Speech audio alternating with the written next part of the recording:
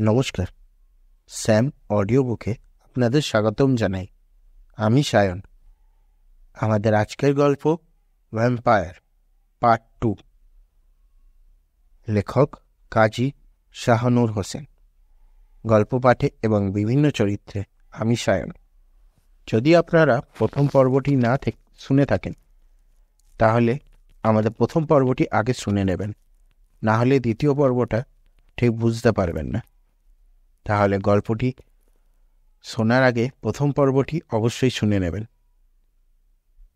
শুরু হচ্ছে তাহলে আমাদের আজকের গল্প ভ্যাম্পায়ার দ্বিতীয় পর্ব। সকালের রোদ যখন জানালা দিয়ে ভিতরে এসে পড়েছে, তখনও আমি বিছানায় বসে ঢুলছি।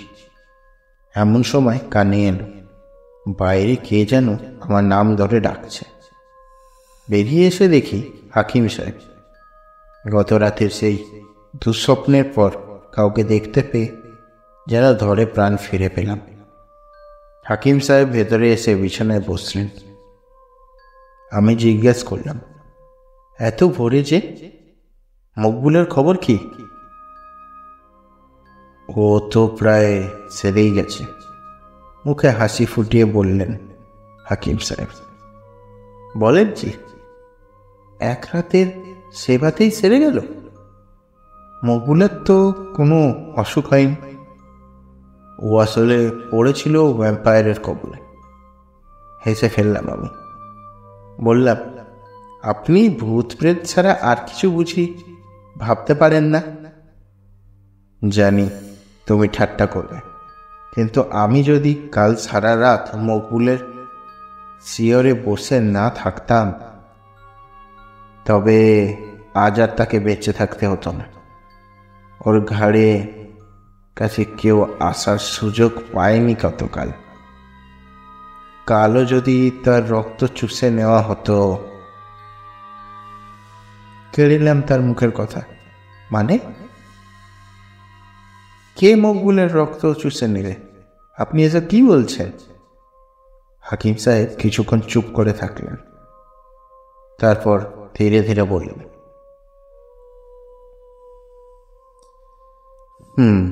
তবে শোনো, কাল রাতে আমি কি দেখেছি সেটা বলি।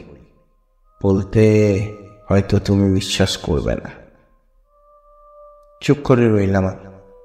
তার মানে গত রাত্রে তিনিও কি স্বপ্নে আমার মতোই ভয়ঙ্কর কিছু দেখেছেন? কিছু বললাম না আমি। ঠিক করলাম আগে পুরোটা শুনব। হাকিম সাহেব বলতে শুরু করলেন, আমি যে ঘটনায় তোমাকে এখন বলছি, কাল যা ঘটেছে শোনো। আমি যে ঘরটায় ভাড়া থাকি সেটা একটা বাড়ির 1.5 তলা। জানোই তো, গত রাতে বাইরে যখন প্রচণ্ড বৃষ্টি চলছে তখন আমি বসে আছি মকবুলের বিছানার পাশে। মাঝরাতে ঝড় বৃষ্টি বেড়ে গিয়েছিল, টের পেয়েছ নিশ্চয়ই। সেই সময় ঠক ঠক আওয়াজ হলো জানালায়। বিজলির মতো ঝলকানিতে স্পষ্ট দেখলাম জানালার বাইরে দাঁড়িয়ে আছে একটা নারী মূর্তি, প্রায় 15 ফুট উঁচু। আমার ঘরটা, সেটার জানালায় কোনো সাধারণ মানুষের পক্ষে মই ছাড়া দাঁড়িয়ে থাকা সম্ভব নয়। অবাক হয়ে গেলাম, চিনতেও পারলাম কে সে। তুমি কি আন্দাজ করতে পারছো? কিছুই বুঝতে পারছি না। ঘাড় নেড়ে বললাম, না তো। আমার দিকেই তাকিয়েছিল সে। 2 চোখে তার তীব্র ঘৃণা আর ক্রোধ। ভেতরে ঢুকতে চায়। মকবুলের রক্ত দরকার তার। বুঝতে পেরে হাতের কাছে পড়ে থাকা পিতলের গ্লাসটা ছুঁড়ে মারলাম তাকে লক্ষ্য করে। ওটা সজোরে আঘাত করলো তার কপালে। কিছুক্ষণের মধ্যে মিলিয়ে গেল মূর্তিটা। সেই সুযোগে ভালো করে বন্ধ করে দিলাম জানালার। একটু পরে শুনি কে যেন আবার টোকা দিচ্ছে, বেশ জোরে জোরে। বুঝতে পারলাম সহজে ছাড়বে না সে মকবুলকে। কোরআন শরীফের আয়াত পড়ছি, ফু দিচ্ছি ঘুমন্ত মকবুলের বুকে। এভাবে কাটলো বেশ কিছুক্ষণ। তারপর আবার আওয়াজ শুরু হলো অন্যদিকের জানালায়। আওয়াজ ক্রমেই বাড়ছে, জানালাগুলো ভাঙার চেষ্টা করছে সে। পুরোনো কাঠের জানালা, হাত দিয়ে ঠেলে ধরে রাখতে চেষ্টা করলাম, পারলাম না। অদৃশ্য কি যেন প্রবল চাপ দিচ্ছে জানলায়। জোর ধাক্কায় ছিটকে পড়লাম পেছাতে। কিছু একটা ঢুকে পড়লো ভিতরে, বুঝতে পারলাম। ছুটে এসে উঠে পড়লাম খাটে। দেখলাম ঘরের কোণে একটা ধোঁয়ার কুণ্ডলি ধীরে ধীরে জমাট বাঁধছে। এগিয়ে আসছে ওটা মুখগুলোর দিকে। আগেই পানি পড়া ছিটিয়ে রেখেছি খাটের চারিপাশে, ফলে বৃত্তের ভিতর ঢুকতে পারছে না ওটা। খাটের চারপাশে ঘুরে বেড়াচ্ছে ছায়ামূর্তিটা। এক আধবার বৃত্তের ভিতর পা পড়লেও ছিটকে সরে যাচ্ছে তীক্ষ্ণ আর্তনাদ করে। কিন্তু বুঝলাম এভাবে বেশিক্ষণ ঠেকিয়ে রাখা যাবে না তাকে। হয় ঢিপ ঢিপ করছে বুকের ভিতরটা, মরিয়া হয়ে চোখ বুজে পড়ছে। শুরু করলাম দোহাদৌড়। এক মনে অনুভব করলাম পাগল হয়ে গেছে ওটা। রক্ত চাই, জমাট বাঁধা ধোঁয়ার কুণ্ডলি ছুটে বেড়াচ্ছে এদিক থেকে ওদিক। কিন্তু সুবিধা করতে না পেরে হার মানল শেষ পর্যন্ত। ক্রুদ্ধ গর্জন করে টেবিলের ওপরকার কাঁচের গ্লাসটা সজোরে চূর্ণ করল সে। তারপর বেরিয়ে গেল জানালা দিয়ে। বুঝলাম বিপদ কেটে গেল। হালকা বোধ করলাম। এ পর্যন্ত বলে থামলেন তিনি। খুব অদ্ভুত লাগছে আমার কথাগুলো, তাই না? কিছুক্ষণ পর জিজ্ঞেস করে। জবাব দিতে পারলাম না আমি। বুঝলাম ওখানে ব্যর্থ হয়েই আমার ঘুরে ঘোটাকার চেষ্টা করছিল ওই অশরীরী প্রেতাত্মা। কিন্তু কপাল ভালো, আমার ভোর হয়ে এসেছিল তখন। আমার অভিজ্ঞতার কথা বললাম হাকিম সাহেবকে। সব শুনে উনি জিজ্ঞেস করলেন, চিনতে পেরেছ ওকে? কাকে? ওই ভ্যাম্পায়ারকে? না না তো। আমাদের চেনা কেউ? অতি পরিচিত, মিসেস সুলতা জোসেফ। বলেন কি? চেহারায় অবশ্য কিছুটা মিল। টেলিগ্রামে খবর আনিয়েছি আমি। মিসেস সুলতা জোসেফ আজ থেকে 5 বছর আগে মারা গেছে রাজশাহীতে অ্যানিমিয়া রোগে। গম্ভীর মুখে বললেন হাকিম সাহেব। খুব সম্ভব। আর কোনো ভ্যাম্পায়ারের কবলে পড়ে মৃত্যু হয় তার। আমার সারা শরীরের লোম দাঁড়িয়ে গেল কথা শুনে। আরও কি যেন বলতে চাইছিলেন হাকিম সাহেব, হঠাৎ দরজার দিকে তাকিয়ে থেমে গেলেন। সুলতা খালা দাঁড়িয়ে আছেন দরজার বাইরে। ঢুকতে গিয়েও থমকে দাঁড়ালেন হাকিম সাহেবকে দেখে। সবার আগে আমার দৃষ্টি চলে গেল তার কপালের দিকে। যা দেখলাম তাতে ভয়ের একটা ঠান্ডা স্রোত নেমে গেল আমার শীত দাঁড়াবে। বেশ খানিকটা ফুলে আছে ওর কপালটা। হাকিম সাহেবকে আমার ঘরে দেখে থমকে দাঁড়িয়ে পড়েছিলেন সুলতা খালা। তার চোখে মুখে যেন কি বলবো, দৃষ্টি যা দেখলাম তা কোনো মানুষের চোখে কোনোদিন দেখিনি।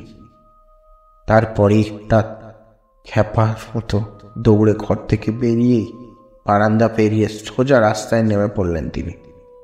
ছুটতে লাগলেন দিক দিগন্ত শূন্য ভেবে। সেদিন বিকেলে খবর পেলাম ট্রেনে কাটা পড়েছেন তিনি। দৌড়াতে দৌড়াতে সোজা চলে গিয়েছিলেন রেল লাইনে। তারপর ঝাঁপ দিয়েছিলেন ট্রেনের তলায়। আশফাককে গত রাতের কথা বলেই কিছুই বলিনি। সুলতা খালার মৃত্যুতে খুব ভেঙে পড়েছে বেচারা। হাকিম সাহেব আমাকে শুধু সান্ত্বনা দিলেন, দুঃখ করো না, যে দেহ ট্রেনের তলায় কাটা পড়েছে সেটা কোনো মানুষের দেহ নয়, এটা হচ্ছে পিশাচ আশ্রিত দেহ। সুলতা জোসেফকে কবর দেওয়া হলো কুসুমপুর খ্রিস্টান গোরস্থানে।